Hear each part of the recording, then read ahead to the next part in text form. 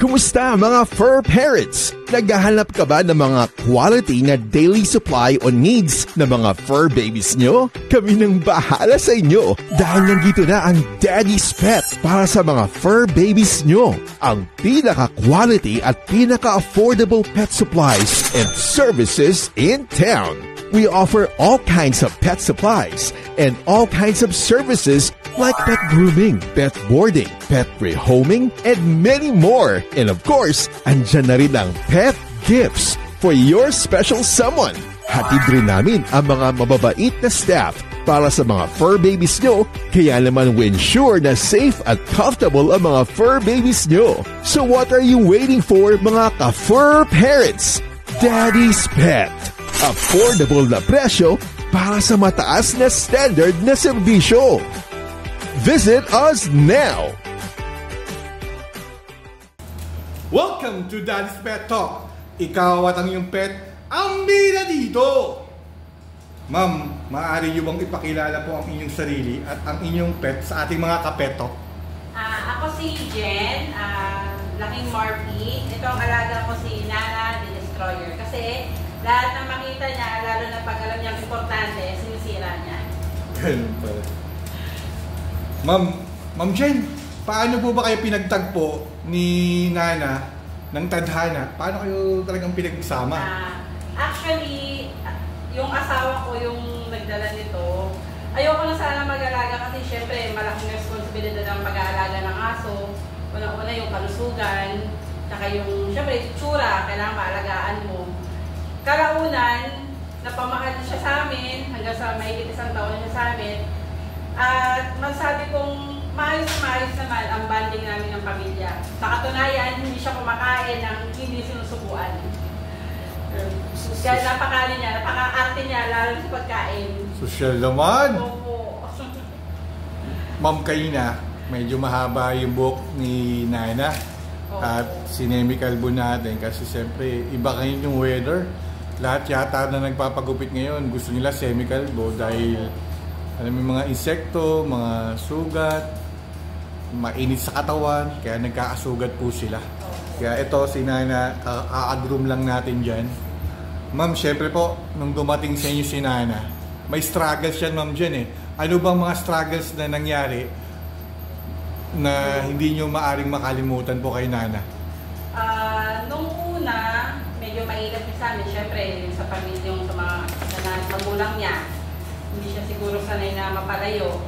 Pero nung katagalan, dahil lagi nga siya nilalaro din ng anak ko, ayun, unti-unti napalapit siya sa amin. Lalo-lalo na sa nanay ko na ayaw talaga ng aso.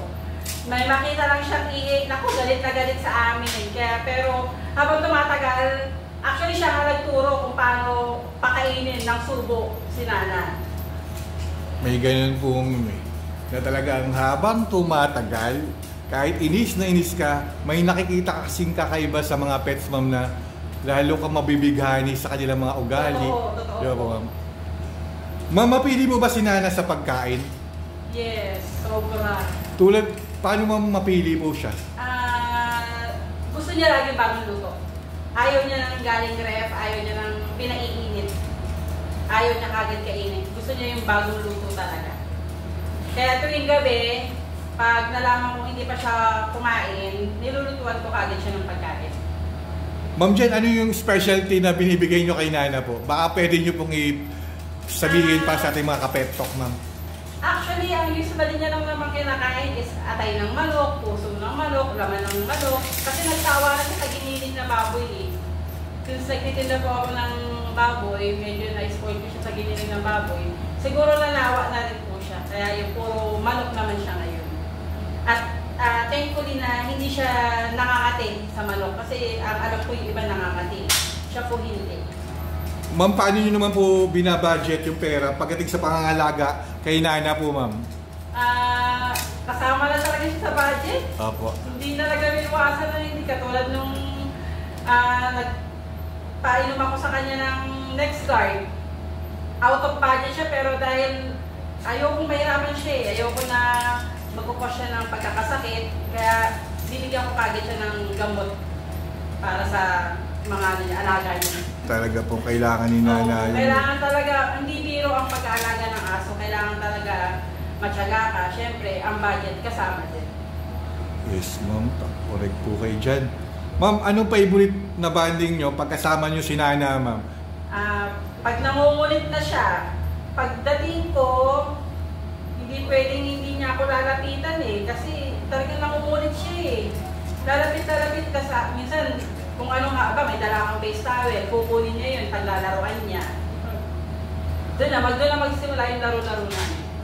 Ma'am, kapag ba may lakad ng pamilya nyo, kunyari sinasama nyo ba si Nana, halimbawa pagpunta sa mall or na bakasyon or out of town, sa beach, sa swimming pool, sinasama nyo po si Nana? Opo, sa mga swimming, usually po nag-swimming kami sa Laguna, hinahanap talaga namin pet friendly kasi yung mga pinsan ko may mga alaga rin na aso. Kaya doon sama-sama kami kasama yung mga alaga.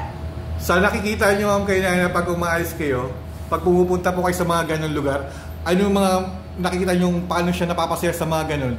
Anong mas lagi niyang ginagawa pagdating doon? Nag-aarugan sila nung kapwa niya bata. Ma'am, may tinatawag po kasi sa pamilya niya na alpha, na siyempre sinusunod ng pet nyo. Kahit anong mangyari, yun lang lagi ang nilalapitan niya kahit sabay-sabay yung tawagin siya. Yung alpha, ma'am. Sinong alpha sa pamilya niyo, ma'am? Parang ako po eh. Talagang kayo po, ma'am? Opo. Kasi ako lang lagi ang ano niya eh. Minsan yung nanay ko, pero kadalasan talaga ako. Ma'am, ito naman po, may mga bagay na nagbago sa buhay niyo eh. Simula nang dumating si Nana. Ano yung mga nagbago, ma'am, pagdating ni Nana sa buhay niyo, ma'am? Malaki. Hindi ka pwedeng aalis ng hindi mo isipin kung saan siya. Yung, halimbawa, hindi pwedeng kasama ang mga alaga. Saan mo siya ilalaga? Yung dadalhin. Kailangan ba yung pinsan ko ang pupunta sa bahay namin o siya ang pupunta sa bahay ng pinsan ko? Pero ang kadalasan, yung pinsan ko lang pupunta sa amin kasi mahirap po kasi baka mamaya makasagap siya ng sakit. Mahirap na pag nasa ibang lugar. Ma'am Jen, paano nyo ba pala nakuha yung pangalang Nana? Paano yung... yung asawa ko sa Mobile Legend. Kaya pala. Yung lagi nila nilalaro. Yun nga rin, ma'am, sa mga GC na mga dogs and cats. Kasi nakamonitor tayo. Mas maraming tawag ngayon sa gano'ng mga pets ngayon eh. Sa mga Mobile Legend po.